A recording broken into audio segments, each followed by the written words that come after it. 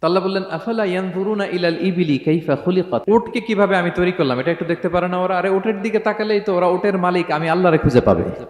উটের কথা আল্লাহ কেন বললেন? উট হচ্ছে এমন আজীব একটা প্রাণী যেটা প্রাণী বিজ্ঞানীদেরকে হয়রান করে দিয়েছে। আল্লাহু আকবার, আপনি অবাক হবেন উটের যে ফিচার আল্লাহ তাআলা দিয়েছেন। মক্কার লোকেরা উটের গোশত খাইতো, উটের দুধ খাইতো, উটের চামড়া দিয়ে দ্য ফাইনেস্ট লেদার তারা বানাতো, ওটের উপর মাল নিয়ে বোঝাই করে এক প্রান্ত থেকে আরেক প্রান্তে পাড়ি দিত, নিজেরা ওটের উপর রাইডিং করত। এবং ওট হচ্ছে এমন প্রাণী যেটা একসাথে 1 মাস না খেয়ে বেঁচে থাকতে পারে। 1 মাস পানিও খাওয়া লাগবে না, খাবারও খাওয়া লাগবে না। প্রাপ্তবয়স্ক একটা ওট একসাথে 200 লিটার পানি খেয়ে ফেলতে পারে। এবং ওটের পেটের ভিতরে একটা স্পেশাল ওয়াটার চেম্বার আছে, ওই চেম্বারে রেখে দেয়, যখন লাগবে ওইখান থেকে নিয়ে নিয়ে বেঁচে থাকে। 1 মাস না খেয়ে বেঁচে থাকে কি করে? ওটের পিঠে দেখবেন একটা কুজ আছে, এই পুরো কুজটা হচ্ছে চর্বির আধার।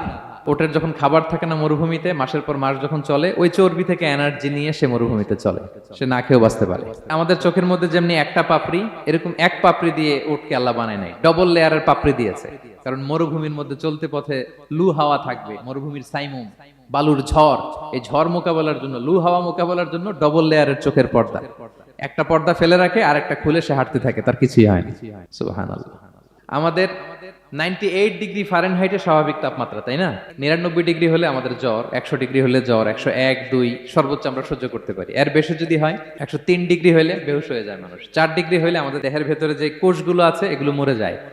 কিন্তু একটা উট মরুভূমির তাপমাত্রায় প্রতিদিন 104 ডিগ্রি 5 ডিগ্রি তাপমাত্রা সহ্য করে খুব স্বাভাবিক উট চলতে পারে, তার কিছুই হয় না।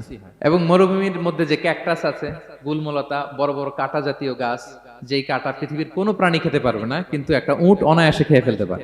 উটের জিহ্বাকে এবং পাকস্থলীকে আল্লাহ এমন স্পেশালি মেড করেছেন, যত কাঁটা দিবেন খেয়ে সাবার ওর কিছুই হয় না। সুবহানাল্লাহ বিহামদিহি।